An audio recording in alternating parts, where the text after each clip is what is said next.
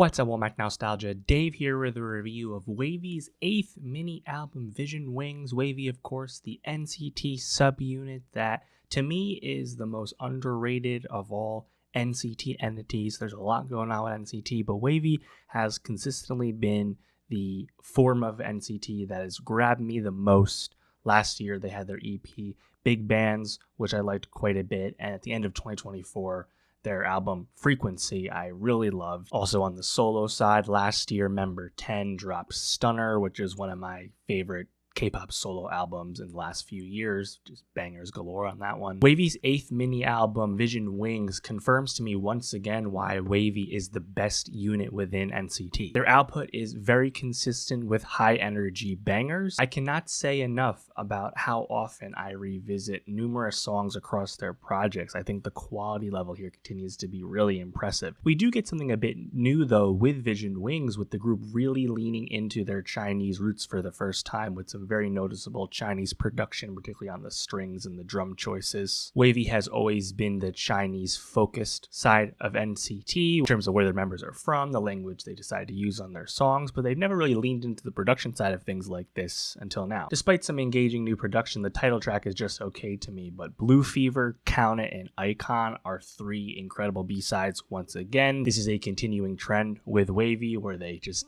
really stack their track lists once you dive into the projects and get beyond the big single. The energy is always engaging. The group harmonizes in fun and amusing ways.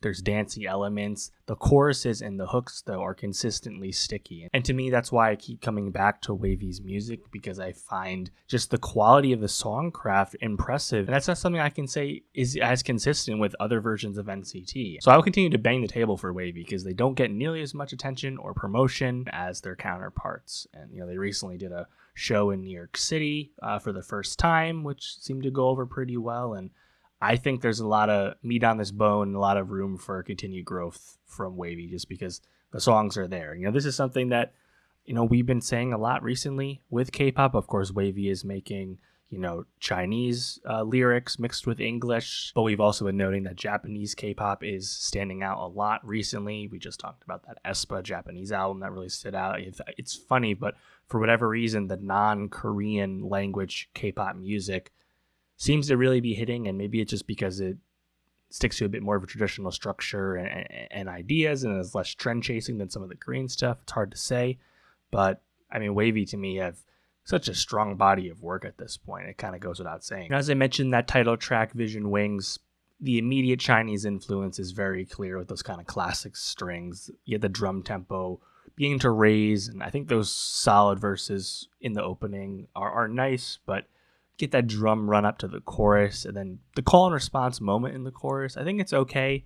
Overall, it's just not the strongest. It's probably like the 4th or 5th best chorus on the whole project. That's what holds me back for it. But there are some of those narration moments as well, lending itself to an intro track. Blue Fever, though, complete banger to me. I love the call and response in this chorus. I think it's an awesome chorus. The what do you say part, so good. Kind of a classic WayV hook. They've done stuff like this a lot. Lively drums, excellent vocal build, harmonizing moments from the group sound great. Count It is an awesome beat once again as well. The 1x1, 2x2 moment, again, very sticky. That call and response hook. Another fun track, another lively track. I think the verses, they kind of speed up, they slow down, but the keys are consistent the entire time. To me, the apex of WayV remains the Frequency album from almost 2 years ago. Twist, High Five, Filthy Rich. To me, that's like WayV apex in terms of just incredible songcraft to me. Vision Wings, I don't know if it's necessarily on that level, but again, I appreciate the production choices to try and do something a little bit new and tap into their Chinese roots a little bit more. I also really like Icon. Obviously a very common K-pop song title aside, another great chorus. It's lively, it's dancey. I think the vocal melody on this track is really awesome. I love the way they harmonize. There's also a little bit of glitzy synths present here alongside those drums in the chorus. Cool track. After Party slows us down here, but it's acoustic, with some keys. Still very smooth, love song, not bad at all. Heaven's Here With Me for the closer. Lively keys. Pretty happy, joyous vibe. Can't lie. Yeah. Shout out WayV, man. I don't know how often I need to say it, but people are sleeping on this music. Check it out. Check that back catalog out. There's a lot to like about what they do. Let me know, though, where you at with WayV's 8th mini album, Vision Wings. How would you compare it to the recent releases? And for more music reviews, more K-pop reviews, subscribe, and I'll see you next time. What's up, Welcome back to Nostalgia. Dave here with a review of Stray Kids' 10th EP, This and That. Stray Kids, of course, coming off a massive 2025 I really enjoyed because their album Karma, I believe their 4th album last year, was tremendous, featuring 2 of my absolute favorite all-time Stray Kids songs in Ghost and Halftime, notably deep cuts there. And they also gave us their Do It mixtape towards the end of the year as well, which in the process became Stray Kids' 8th consecutive release at #1 on the Billboard 200, the first act to do so. I would expect that Stray Kids This and That will stretch that streak to 9. You know, there's no real competition this week. Strategically released, perhaps, but of course, Stray Kids has a ton of popularity to justify such a record. I mean, last year they had a mammoth tour which involved stadiums throughout the world, and they're already in the midst of their next tour throughout Asia into March of 2027. Stray Kids' 10th EP, This and That, continues the strong run of form that we've found this K-pop group to be in the last few years. All 8 of these tracks are produced and co-written by the in-house creative team that powers Stray Kids, Sriracha, Bangchan, Changbin, and Han, of course. What's really noticeable about This and That, quite obviously, is the rapid genre experimentation and changes they do off this brief track list. By my account, there's a clear dance pop track, something more pop punk leaning, more traditional K-pop, really everything in between. There's a lot of sounds here, although also noticeably, this is a more polished Stray Kids sound than I think you would expect compared to some of their early work, which was much more rough around the edges, a bit more experimental in their production. This is clearly trying to be a little bit more mainstream, a little bit more down the middle in terms of its sound, in terms of its smoothness. As a result, I don't know if I really loved any of the tracks on this release, but I think everything for the most part flows really nicely and still sounds great. At the end of the day, Stray Kids is really good with playing with vocal melody, and when they do experiment just a little bit more on a song like Farming, I think there's some really cool choices on display. But even when the songs are a bit more straightforward, there's still things to like as well. That lead single, Run It, with the really noticeable horns, very triumphant, processional vibe, really lending itself well to these triumphant drums you hear throughout the song. I think the vocals on this track, the pre-chorus in particular, are really nice. I think Sungmin, his vocal harmony is really, really great. To me, though, the main chorus on this, it's just a bit dull. It's just a little underwritten, I would say, a little simple for my liking. The rap performance, though, in the outro, I do think is a nice touch as well. Stray Kids definitely towards the top for me in terms of like legitimate, like authentic, like rap ability within male K-pop. You can't say that for every group. The title track, This and That, very glitchy, bass heavy beats. Vocal cadence here is very fun, and it's definitely a better hook than Run It for me. I think I like the energy. I also like that it's a low register delivery from everyone the entire time. Definitely noticeable, and there's some cool distortion production wise on the chorus there. After You, this is a big vibe shift, and then there are several on this release, and this is basically the Stray Kids take on a Kygo song, like a very traditional dance pop track with this big electronic dance break chorus moment. As a result, it's really not much of a chorus, but I think this is a song that probably will still perform live in a positive way, because I do think there's like sticky vocal melody here, despite it also being a little underwritten chorus-wise. Farming, as I mentioned, this is like the most experimental, I guess you could say the most traditional Stray Kids, the most like old school Stray Kids. Just a unique song structure. I think the production is very interesting, the way the beat drops in and out. I think it's a cool one. It's obviously not going to be a big hit compared to these other songs that are trying to be more maximalist, but I think Farming, that's like a little taste, a little flair of the old stuff. I Do, once again, another immediate genre switch.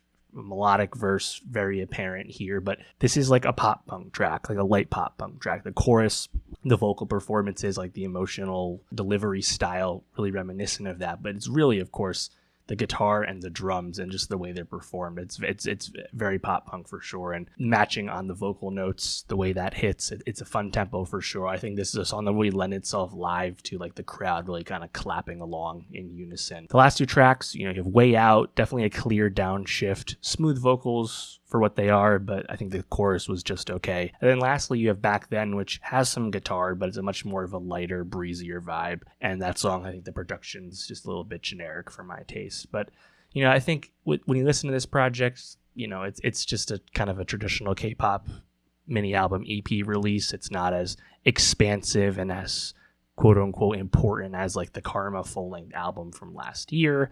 And it's also not as experimental as the Do It mixtape from last fall either.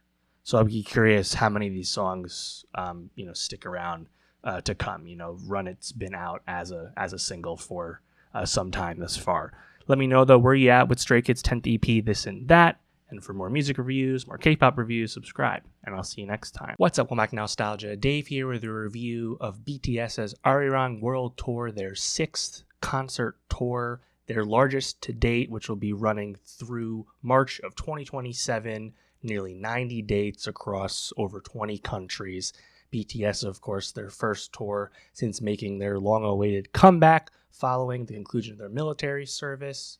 They kicked that off, of course, with their new album Arirang from this past March, an album I liked quite a bit. I did a very extensive review on that when it released. Check that out if you missed it. And really been anticipating seeing this show live, given the long-running reputation BTS has as live performers, truly unparalleled in the K-pop space. And of course, we've been talking about this a lot with new K-pop music this year, but K-pop continues to become much more mainstream, much more global, particularly in the Western market. This actually marks the 3rd time I've seen a K-pop concert in 2026, but this was definitely the highlight of all the shows I've seen, and definitely one of the best concerts I've seen across any genre. I was really impressed with just how well this went. There's a lot to talk about with it. I saw Boston Night 1 at Gillette Stadium. This was BTS's first time performing in Boston, and thankfully they were doing 2 nights here, so the ticket prices weren't too out of whack. They were expensive, but not nearly as expensive and challenging as they've been previously. I think part of this is helped by the fact that BTS is doing a ton of dates. This is the biggest tour they've ever done. It's a really ambitious plan, and when you're doing stadiums, when you're selling 60,000 tickets a night, you can get a lot of people in the door. And thankfully, that helped keep these tickets pretty reasonable. But of course, this show was completely sold out at Gillette Stadium. And this was my first time seeing a stadium K-pop concert. And this would be a football-sized stadium, right? The biggest kind of stadium that exists in the world. And as a result, it's just a ton of people. And, BTS Army, they have quite the outsized reputation, no matter whether you're a member of them or you're not. Everybody knows just how passionate BTS fans are, and this, of course, is often seen online and in the consumption of their music, of course, the consumption of their merch, the general enduring popularity of BTS. BTS now entering their 2nd decade as a group, but clearly as big and as successful as they've ever been. Their fans are a big part of why that is the case, and being around 60,000 of them at once, it's hard not to get swept up in all that energy, all that pandemonium, that genuine passion and excitement that was being felt. And that became pretty clear as soon as the show actually started. And I mean, it was kind of obvious beforehand. There was a lot of people chanting and yelling and waiting for the show to actually start. And once it did, which was closer to 8:30 p.m., for a cool 8 o'clock start. But once it did start, I was curious what BTS would do to start the show. I was kind of expecting them to pop out of the center of the stage, from the floor, from underneath, from hidden from view, which is something done before. Of course, a lot of stadium, artists do something like that. But no, BTS actually kept it way simpler, and in the process just farmed way more aura in an authentic way, which I thought was pretty incredible, honestly. They just did a tunnel walkout from one of the corners of the stadium, walking out alongside their dancers and flag bearers and, the other people supporting the stage. And the camera would just pan from one member to the next at a time while we're hearing a loop of the horns and the instrumental that starts their new song, Hooligan.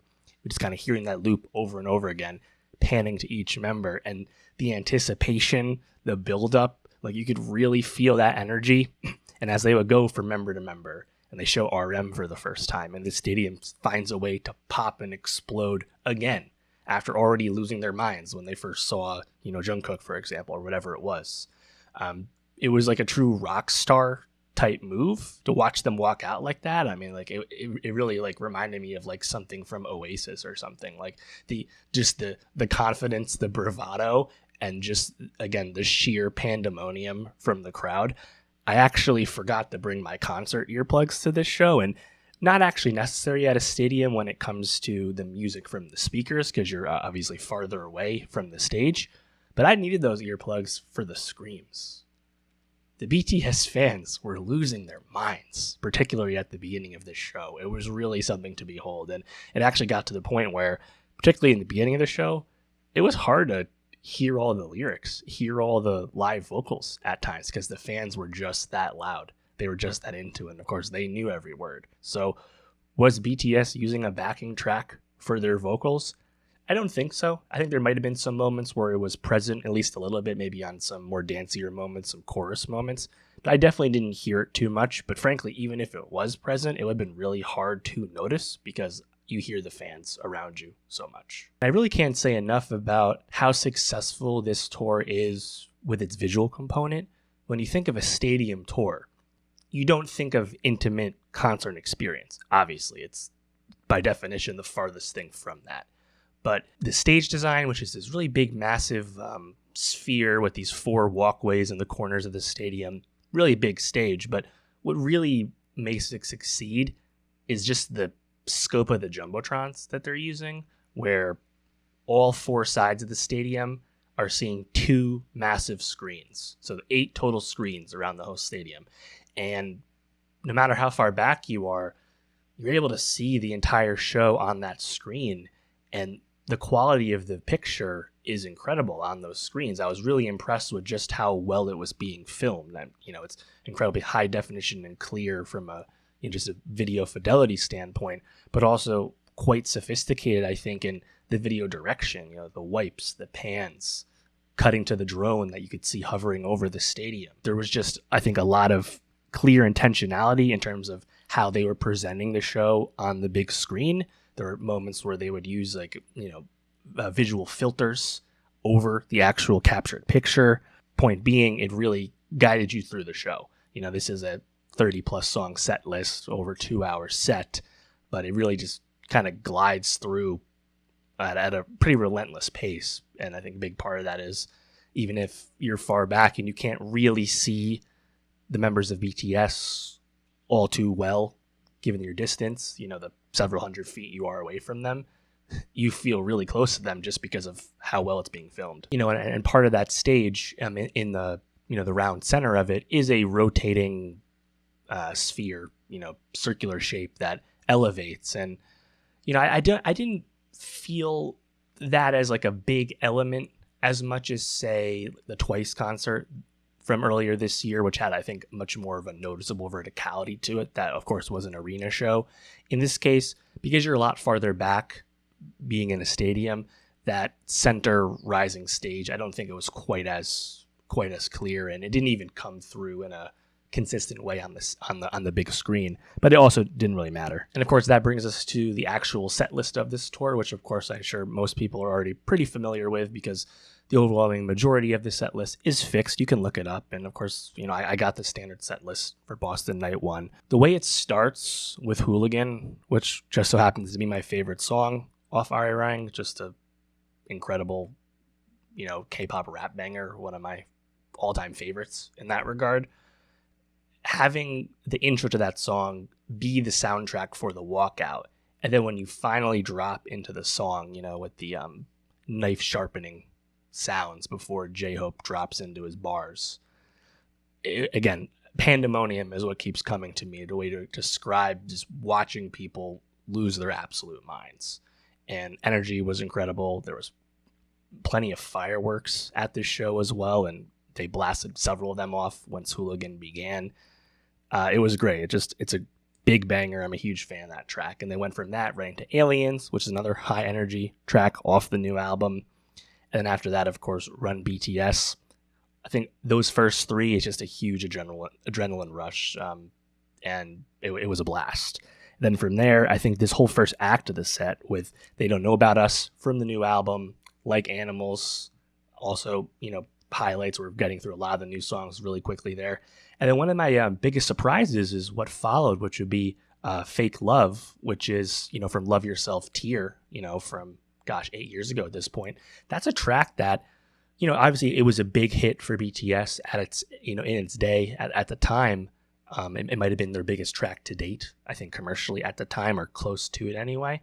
That was never a track I really loved in its studio form, but hearing it live, again, the visual component, the crowd energy, the live vocals, I really enjoyed that song live. And, later on they play Mic Drop as well, which of course is probably their most celebrated and most famous rap track, I would say, historically. That's another track that I actually think I've always enjoyed live more than I've enjoyed studio. There's a famous live performance they did during the pandemic that I really enjoy, that I think straight up just sounds better than the studio version.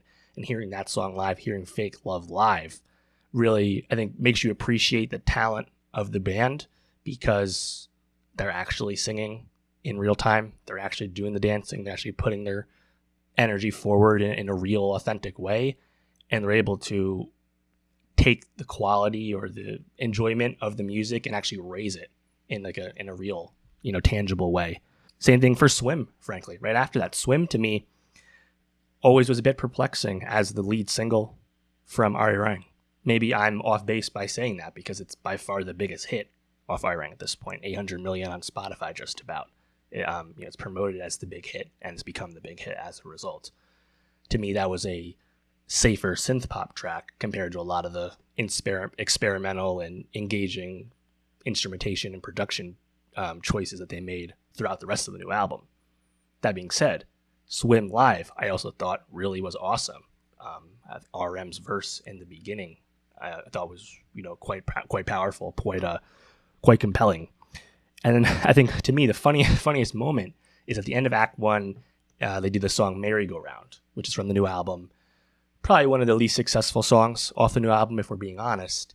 And I think that's actually noticeable because the crowd was at one of its not its quietest moments during that one song. So I actually could really listen in on the BTS vocals, because I wasn't hearing it drowned out nearly as much by the screaming fans around me. So I have a newfound appreciation for that song after the fact. Then when they come out, after a pretty extended break, like the act break is pretty noticeable, obvious outfit change to follow. 2.0, Normal from the new album, both high energy. Not Today, which is a throwback for sure at this point. Mic Drop, as I mentioned. Then Fire from the new album, featuring actual tangible fire. They literally had people up there holding handheld real flamethrowers, shooting fire into the sky. Of course, there was tons of actual, torch-bearing flamethrowers that you'd think were on stage blasting fire throughout these 2 hours, which was amazing. Then they, of course, tee that up into the 2016 track Fire as a kind of like a medley moment. And then you have Body to Body, of course, which was, to me, positioned or could have been positioned as the biggest hit off the new album. It's definitely the song that takes the most energy out of the documentary they released alongside Arirang, in terms of the composition and the struggles and the fight creatively to have that song be authentically Korean in the way RM and J-Hope wanted it to be. You can definitely feel the hype and the anticipation and the acceptance and appreciation for what that song means, particularly in the that background chorus singing, the Korean sample that kind of anchors that track, and they use that as a kind of like an outro moment for the act where they blast a lot more fireworks off, and you could tell that the BTS members who aren't actually singing that sample, but you can see them actually like mouthing it and clearly a song that I think that culturally means a lot to them, and it's cool to see it be as big of a song as it's ended up being. And then Act 2 formally ends with Idol, which honestly I thought that it was genius. This is another song from 2018. It's been around for a while, a hit in its day as well, but I think it's genius to use Idol as this kind of walk out, like, conclusion type song where BTS their dancers, their flag bearers, their whole entourage on stage, they do a full lap on the ground around the perimeter of the stage, of the whole stadium, just dancing and saying idle. You have the cameraman following them, and definitely lends itself to some improvisation, I think, from dance-wise and stuff, but it was just a really like jubilant moment and decision, and like I think really fun stage direction to take what obviously is such a choreographed and planned set list, and BTS obviously are so adept at the choreography, even if this is probably them not at their most like peak hardcore dancing choreography selves. They're definitely a little bit more casual in how they're going through the tracks this time around. I think they've earned the right to not have to flex at every single moment of the show, you know, given their success thus far, but to have something be so casual with this idle walk around. But that song itself, I think, really lends itself well to what they're trying to do there. I think it was really fun. And again, that's another song where studio recording wise, like, oh, this is fun, this is cool, this is high energy. But seeing it live, seeing it in that setting, made me actually appreciate the song even more. And then, of course, they come out for what they call the encore section of the stage, which is hilarious to me because it's like 7 tracks long. It's not really an encore. It's really just an act 3. Regardless, they do their newest track, Come Over, which I like quite a bit. And then, because they have to do it, they do their 2 big English hits, Butter and Dynamite. And they definitely do Butter and Dynamite in a very loose, casual way, only kind of doing the choreography in a synchronized manner. But I think that was fine. You know, like they seem to really be enjoying still performing those songs, even if I think it's pretty obvious that those are not songs that really speak to them creatively as much as their other music. And then, of course, that lends itself to the surprise songs of the set, which, of course, are changing with every date. And BTS, of course, did not invent the concept of the surprise song, but they, I think, very wisely adapted it into this tour. And you know, that's something that's been talked about a lot recently with pop tours. I think the Eras tour from Taylor Swift really used this well, where by changing up your set list in just the right way and digging these deep cuts out of the crates and performing them live, sometimes in some instances the first time in, you know, almost 10 years. You know, they did Autumn Leaves the other day, the first time in ages, for example. It's a way to keep attention on your tour and your ongoing efforts with this, you know, musical expansion from your fans that may have already attended. It just keeps everyone engaged. It's really smart. It's really tactical from a viral marketing side of things. And BTS, been around for over 10 years at this point, have a vast discography. They have plenty of songs that they can pull from to do something like that. So coming into this, I was like, the odds of me actually clocking what the surprise songs are probably pretty low. You know, I don't know every deep cut they have from their first handful of records, for example. And the surprise songs for Boston Night 1 were Paradise from Love Yourself Tear in 2018, and then No More Dream from 2013 and Too Cool for School. I believe this is the first time Paradise has been done on the Arirang tour. Don't quote me on that. And not songs I know. I've definitely heard these songs before, but I didn't clock them in the moment. It's also kind of hard to piece them and place them immediately when the crowd clearly already had done it and were screaming and really enjoying it. So it was fun to see that, fun to hear that. People really were into these tracks. And again, it's a great concept. And then they conclude slowing it down a little bit with Please and Into the Sun, as they've done with all their shows. And you know, those are more like a sit down type moment for the last 2 songs of the show. But Please is still pretty energetic, lively tempo and track and whatnot. So it doesn't conclude on a whimper by any means. But yeah, I was just really impressed with again the flow of the track list, the energy level of the staging and how it's directed, and it's just it really flies by. And again, like BTS, they've done this so many times, but to now be doing their biggest tour yet, right? There's something to be said for just what they've achieved at this point, and you know, seeing it live and being part of that energy and just having that sweep over you, just because how could you not? And watching people of all shapes and sizes, male, female, every gender, every age. There are plenty of older people there, of course, plenty of young people. It's just cool to see everyone from all walks of life seemingly taking it in for that shared shared experience. And that's not unique to BTS. That's common with many amazingly popular artists, but to see it specifically for BTS was pretty sick. So if you've seen the BTS tour at this point, or you're coming up on it, let me know what you've seen. Surprise songs for me, I was really hoping to hear On or Louder Than Bombs from Map the Soul 7, but they've done those recently as surprise songs, so I knew I was cooked there. I'm a big fan of Boy With Love, which they've done before. Spring Day, of course, they've already done twice. So like a lot of the songs that I was like, I would have loved to hear that aren't on the set list, I knew were pretty likely not coming up, and they didn't for me. But let me know what surprise song you would like to hear if you could pick it.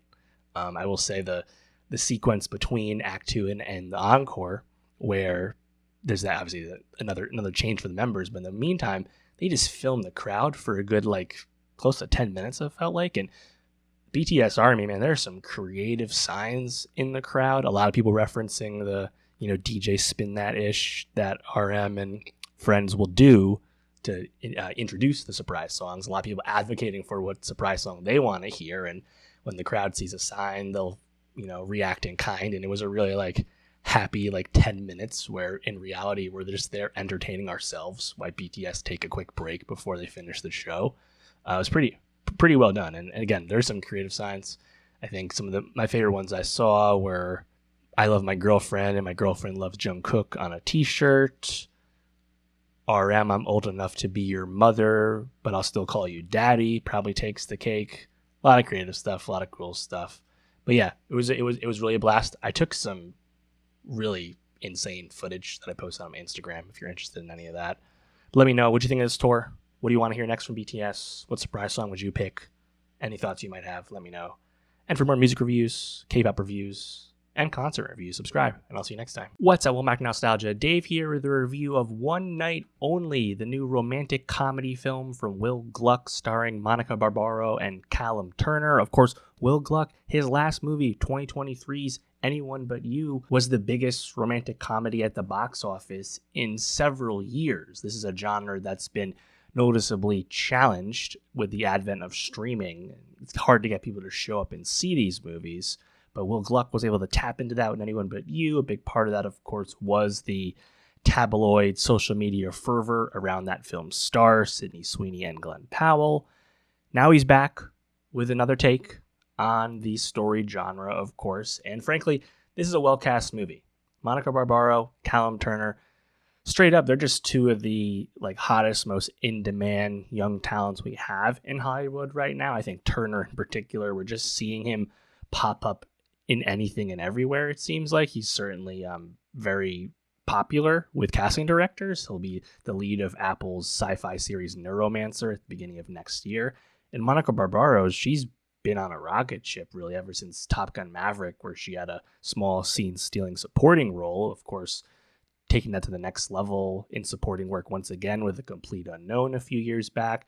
Now she's here heading a romantic comedy film, and it's hard to get these parts in a theatrically released romantic comedy like we have here from Universal. One Night Only has got a lot of attention in the lead up to its release due to its universal but interesting premise. What if in an alternate world, single people could not have premarital sex except for one night of the year? The Purge, but for sex. The Purge, but for romantic comedy films. It's definitely an appealing pitch. It's an original take. Romantic comedies, they've been so challenged at the box office. I respect the gumption to try something so out there and so high concept like this movie. And when you cast it with two in-demand and very attractive people in Callum Turner and Monica Barbaro, it feels like you have all the ingredients you need. Will Gluck, coming off the success of Anyone But You at the helm, sounds like a good idea. I really enjoyed this movie for what it was, but man, does it get in its own way all the time. This premise, which sounded appealing, is not explored nearly as creatively as I would have expected. It's also a movie that puts sex at its forefront, at the key of its plot, the entire runtime, but somehow comes across as very chaste and conservative in its values, in its interest set. It's very strange. The screenplay is questionable for sure. But when you do get the more traditional romantic comedy tropes that everyone knows and loves about this genre, those sparks do fly, because I think Monica Barbaro and Callum Turner have great chemistry together. They're both really charming, engaging leading actors. There's fun stuff here. I did like a lot of the fake outs you get with these various meet cutes and these false starts as these characters basically circle around each other for at least half of the movie before they really start to connect. And even though when you're watching the movie the entire time, you understand they are eventually going to get together, I did appreciate that the movie took its time with getting us there. But in the process, again, there's a lot of hijinks largely resulting from this movie's concept, this movie's core plot mechanic. Some of those just work better than others. I mean, there's a lot of interesting, cameo performances from various other actors. There's actually visual cameos of Glenn Powell and Sydney Sweeney. We also have notable work from Julia Fox, Maya Hawke, Molly Ringwald, LeVar Burton, quick performances from Jay Ellis and Nicholas Braun, Bobby Cannavale, Pete Davidson. There's a lot of talent in this movie. I just would have liked if it leaned itself further into that core premise and got like super weird. Like, this is a movie taking place in a world where there's basically been like a fascist spin on everyone's personal lives, and we have these chips on our forearms that determine if we're having premarital sex or not, alert authorities if we are. And obviously it's a ludicrous, absurd thing to depict, but they don't actually take it that far. But this concept still kind of gets in the way enough to prevent the movie from functioning more like a traditional rom-com. That said, I did like the leading performances from the two leads here. I think Turner's not like the most like dramatically diverse performer from what I've seen thus far, but his style, I do think really works with the kind of characters he's been used to play lately. And this is a funny character for him, but I actually think he's good at it, where he's kind of playing a bit of a dork, a bit of an obviously handsome guy who's not actually that charismatic all the time or kind of gets in his own way. And you contrast that with Monica Barbaro, who of course is playing the classic, incredibly beautiful real life person who somehow struggles to be noticed and attended to in her actual like dramatic life in the character. Obviously kind of absurd when you look at her physically.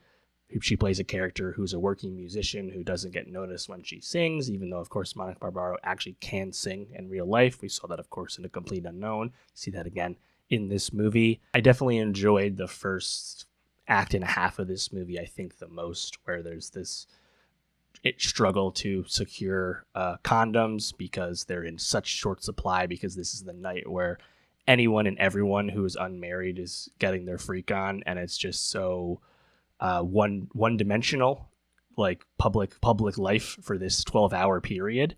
So again, I wish we took that to the step further and saw some more stuff. When they go to like a secret party, singles party, it's really not that dynamic. When she hangs out with this other musician character she's been interested in, and Cam Turner absconds off with some older woman, I think that's where the movie kind of runs out of steam.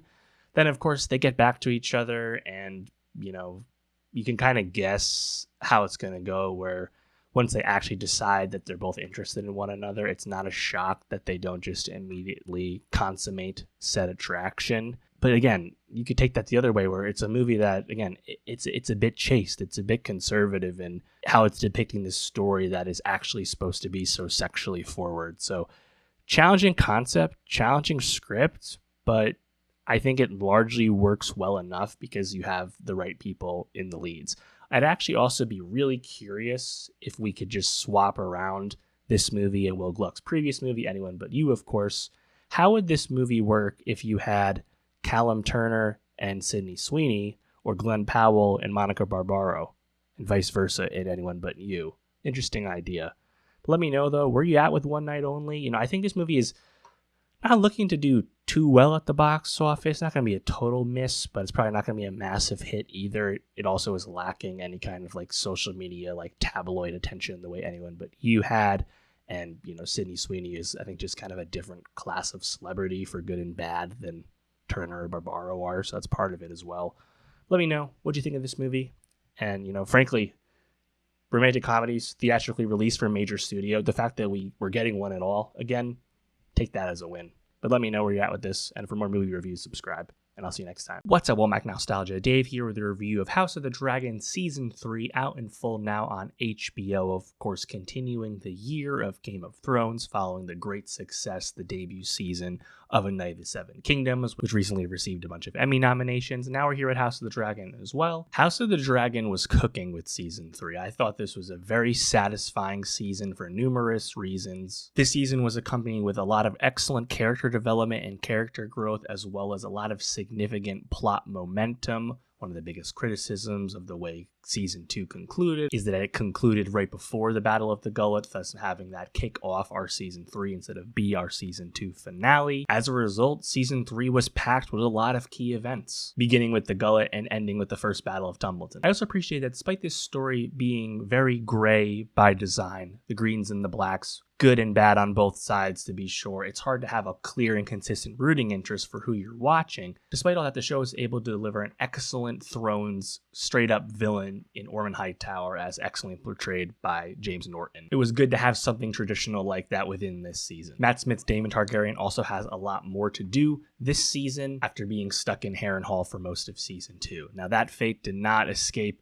Aemond Targaryen this time around, and that speaks directly to one of the problems with adapting this story to the screen. Fire and Blood, despite being the existing text, is still incredibly thin. As a result, there is a lot of time that needs to take place, and certain characters have more plot to serve than others. That's always going to be a friction point in this series and how this story is told, and that's just something people have to get over because that's the limitations of the source material. That said, I love the Rhaenyra arc we got here. This show is still very much a tandem show between Rhaenyra and Alicent. The arc of Sir Criston Cole was also very satisfying, and of course the show is in an excellent position for another action-packed fourth and final season to come, with numerous key events still left to unfold, including more fun at Tumbleton, the God's Eye, the Dragon Pit. If you know, you know. There's still plenty of story left, but I thought this was a really satisfying third season and a true return to form for this show, which I thought came out really hot with Season 1 and was still quality through Season 2, but definitely got a little stuck in the mud at times depending on what kind of viewer you are. I think Season 3 really helped with a lot of those concerns. And of course, again, Episode 1, the Battle of the Gullet, a key inciting plot incident in this story. People have been anticipating it, and I think it was realized really well in terms of the scope, in terms of the scale. Of course, the death of Jace and Vermax, his dragon, I think went really well. I don't have a problem with changes and tweaks to how the plot is portrayed. And I think people that are really book sensitive when watching House of the Dragon really frustrate me, because the story of this time in Game of Thrones on the page from George R. R. Martin, Fire and Blood, there's a lot of extraneous characters. There's a lot of insignificant characters that are present and making decisions. I don't have an issue with Ryan Condal's decisions to make composites. In this case, I think a brilliant choice was taking Rhaena Targaryen and taking the common girl character Nettles and combining them into the composite of the girl who is able to somehow tame and become the rider of the wild dragon sheep stealer. I think that was a really brilliant choice to give a character we already know a lot more to do and a lot more agency in the story, and not needlessly introduce another character to do other stuff. Because when you read Fire and Blood, I think all the book purist people with this story need to look themselves in the mirror when they think about this. When you read Fire and Blood, it's very thin what it tells you. This happened, we think this happened, but someone else says this happened instead. It was probably something like this. It's all secondhand, very little actual dialogue. It's a challenging adaptation. On the other hand, it lends itself for more interpretation and more inspiration on the part of the showrunners and the writers, because they can fill in those gaps how they see fit, versus Fire and Blood is a strong enough outline to guide your general story.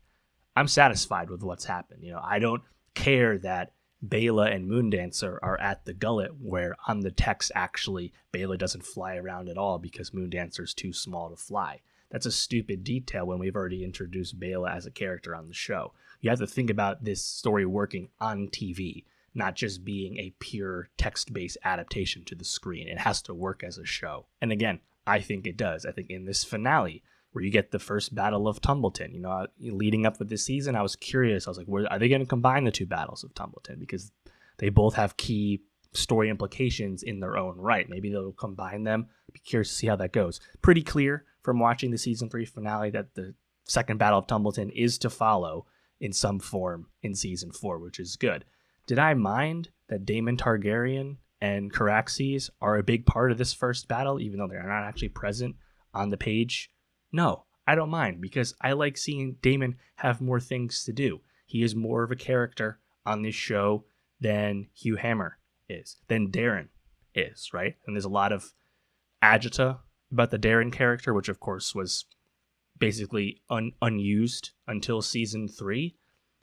Yeah, would it have been cool to see more of Darren flying to Sarion? Sure. I think that's more of a budget decision, frankly.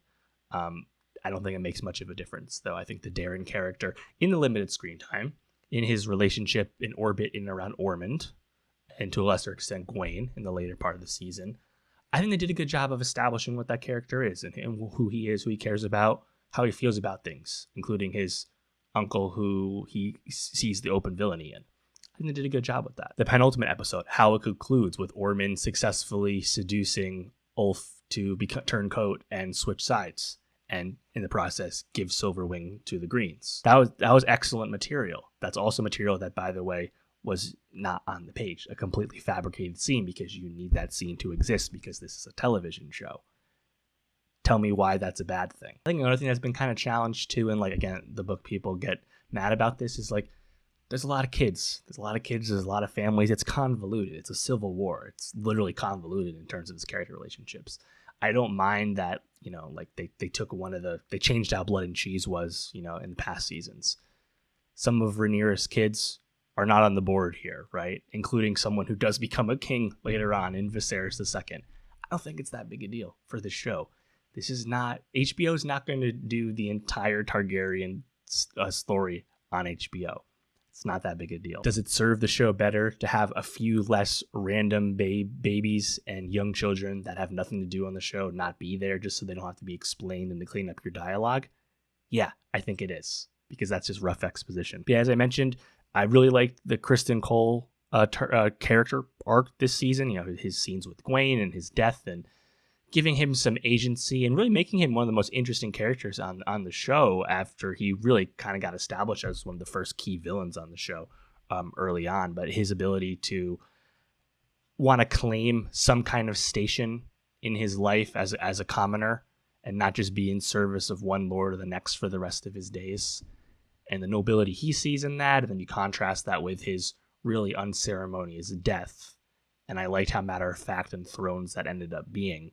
I think it was really satisfying. I think it was also a really good season for Corlys's sons, of course, his bastard sons, who have been legitimized, even if not all the way formally yet, but still recognized by, of course, their father. I think Alan has a lot more to do this season. He used to be more of a connector character where he did this because he for someone else and really had nothing else to his character going on early on. He's still very much like an in-service type character, but I think they came a long way with establishing him. And Adam, also a character that doesn't have a whole lot really going on this season, similar to Bela, just kind of going off doing their thing. I still think the conversations he gets to have, there's just a little bit more agency, a little bit more character going on. I think everything with Sheepstealer and Rhaena was really satisfying. Again, that's really all pretty broad, brand new material, but Daemon's relationship with his daughter, who he acknowledges he was pretty estranged from in general, and, of course, her relationship and effect on the Battle of the Gullet, I think a lot of that worked. Some people are, again, frustrated with the Gullet being changed because Jace isn't trying to save his other brother, who's trying to be sent across the Narrow Sea to Essos for safety. I think Rhaena having the unintended consequence of wielding the wild dragon who she can't actually control, I think that works better because, again, we have no relationship with these random other kids who have been more or less cut out of the story. I think it works. As I mentioned, I really like the Rhaenyra arc this time around. I think Emma D'Arcy has a really difficult job on this show to play Rhaenyra, adult Rhaenyra on this show, right? Millie Alcock in the first part of season 1. I think she had a much easier but also satisfying job where she got to play young Rhaenyra when she was still the Realm's Delight, and she did a great job, right? I think that's why she got cast as Supergirl, because she was such a spark in season 1. Emma D'Arcy, though, she has a lot more to handle as adult Rhaenyra, as ruling Rhaenyra, because this season I think does a great job of showing why Rhaenyra and her term as queen here, why they're struggling, her difficulty with governing, her difficulty with maintaining relationships and not outwardly just using people, but trying to keep them in the fold in a genuine way, and all her struggles with that, and the differing priorities of people in her ear, like Daemon and like Massaria, etc. Right? And did a great job with that. Was it the episode 3, which is the paranoid Rhaenyra only in the Red Keep the entire episode?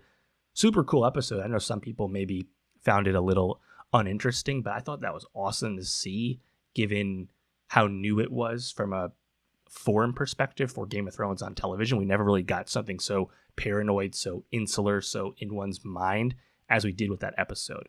But throughout the whole season, Emma Darcy is able to slowly convey the clinging grasp that Rhaenyra is struggling to keep on control, on the crown, on her subjects, and how people are kind of seeing her shortcomings as a leader. And of course, she completely breaks bad in the finale. I think it was quite noticeable how the regalia she's dressed in for that excellent speech that she gives to the common folk, but she's very much styled like the evil queen in Snow White, at least the animated Disney version.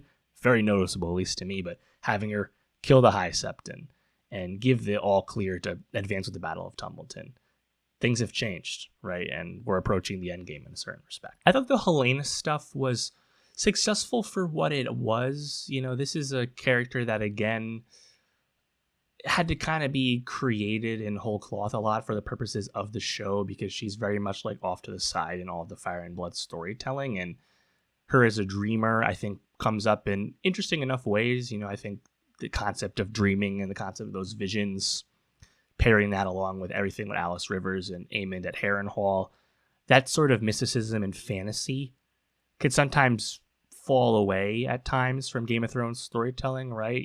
We had a brief vision of the Green Men on the God's Eye early on when, Ulf, Hugh, and Adam are out there looking for Vhagar. That fantasy stuff, though, it's cool to have that there, the unexplainable type true fantasy elements that still occupy this world of Westeros. I really appreciate that.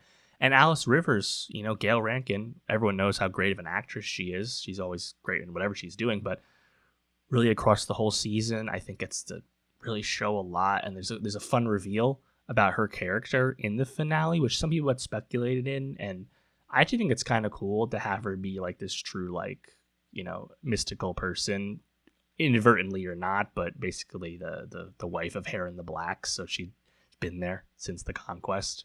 Pretty interesting. And yeah, did Aemon basically have to be stuck in place for the whole season, similar to how Daemon had to be stuck in place for season 2? Yes. Again, it's a convoluted story. That's kind of the limitations we have here. I thought the material was good, though, at Harrenhal, in terms of his relationship with Alice, his psyche and his confidence being shattered, and really going through a whole loop of what he values. It was good stuff, and I think it concluded really nicely with Aegon finding him at Harrenhal at the end there, because the Aegon arc also is really great. Aegon, of course, portrayed as rightfully as such a POS the entire time on this show, but Tom Glenn Carney is giving one of the best performances on the whole show, and the journey you go on with Aegon and Larys, and then later Tywin Lannister, the return, the magnificent zombie ugly return of Sunfire, not actually dead in the end, killing the mutant host in the penultimate episode as Aegon gets his swagger back. It's great stuff. And because the show, I think, does such a good job of, again, portraying this gray conflict, portraying it as a civil war truly, you're watching Aegon and you start rooting for him in a certain respect, even though you know how bad he is, because you're contrasting it with the pretty inept governance that you're seeing on display in King's Landing from Rhaenyra and friends. And of course, I will say, you point to Helena's death and you say, oh, that reminds me of Tom and Baratheon. Kind of repetitive, perhaps. But you take that up with George R.R. Martin, because, of course, the book people would complain if it was changed. Let's be real. So, yeah, I found this a really satisfying season. Again, I think, production value-wise, in terms of just the setting, the outdoor locations, everything really astounds. The dragon CGI is incredibly tremendous. I'm very curious how they're going to do that for the second Battle of Tumbleton, which is so dragon heavy, and of course the God's Eye and the Dragon Pit. There's a lot of big stuff to come, to say nothing of Aegon and Rhaenyra coming to clash once again. Exciting. Obviously, we're not going to get this show back until 2028. It doesn't seem like it's really possible to make this show in a 1-year period anymore. Game of Thrones used to come back a little bit faster, but it's just not really that realistic nowadays. But the 97 Kingdoms will return for its second season next year. That's already in production from what we know. Then I would imagine they'll probably try and do 97 Kingdoms again in 2028, which would be that third novella. House of the Dragon's final season in 2028 as well, just like what we got this year. Maybe they make a 97 Kingdoms fourth season. We know there's an in progress fourth novella from George R. R. Martin. Maybe he'll give some notes to the creators. Hard to say. But I think after 2028, so 2029 forward, is when I would guess the Aegon's Conquest movie comes out to continue this Game of Thrones storytelling. We know Beau Willimon is writing a Game of Thrones movie about Aegon's Conquest. Very exciting. Very exciting to take this to the movies. I think that's a great idea. I also think that's a story that, of course, will lend itself to multiple sequels, should they wish to. We could really go to Dorne in earnest in a future movie. Exciting, you know? And at that point, you're into the 2030s, and you've really done a lot with Game of Thrones, and it's pretty cool. I see no reason why Paramount, should they actually, in fact, close on Warner Brothers, wouldn't keep that going, because this is a massive franchise, and House of the Dragon and 97 Kingdoms have rated very well. Are we at the absolute peak of Game of Thrones in terms of cultural monoculture and general, I think, critical acclaim? We are not, but the quality level and the floor of this world and this storytelling, I think, is very high.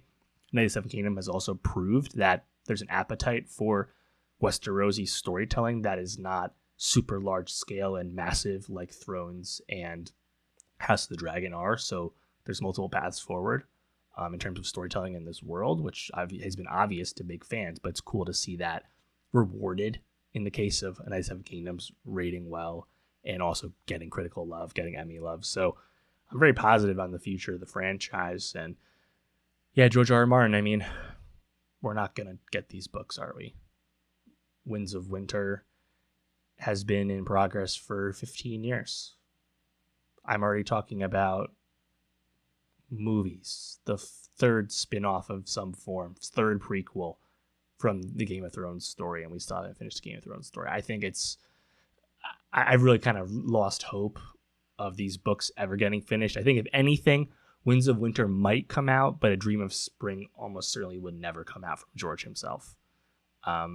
It is what it is at this point. Literally just look at the amount of time that has taken place, and frankly, how much less time took place between the other books when they were published. I mean, we're almost to the point of, actually, no, we are at the point now where more time has taken place between the release of A Dance of Dragons to now, waiting for Winds of Winter, than the first 5 books were published, one to 5.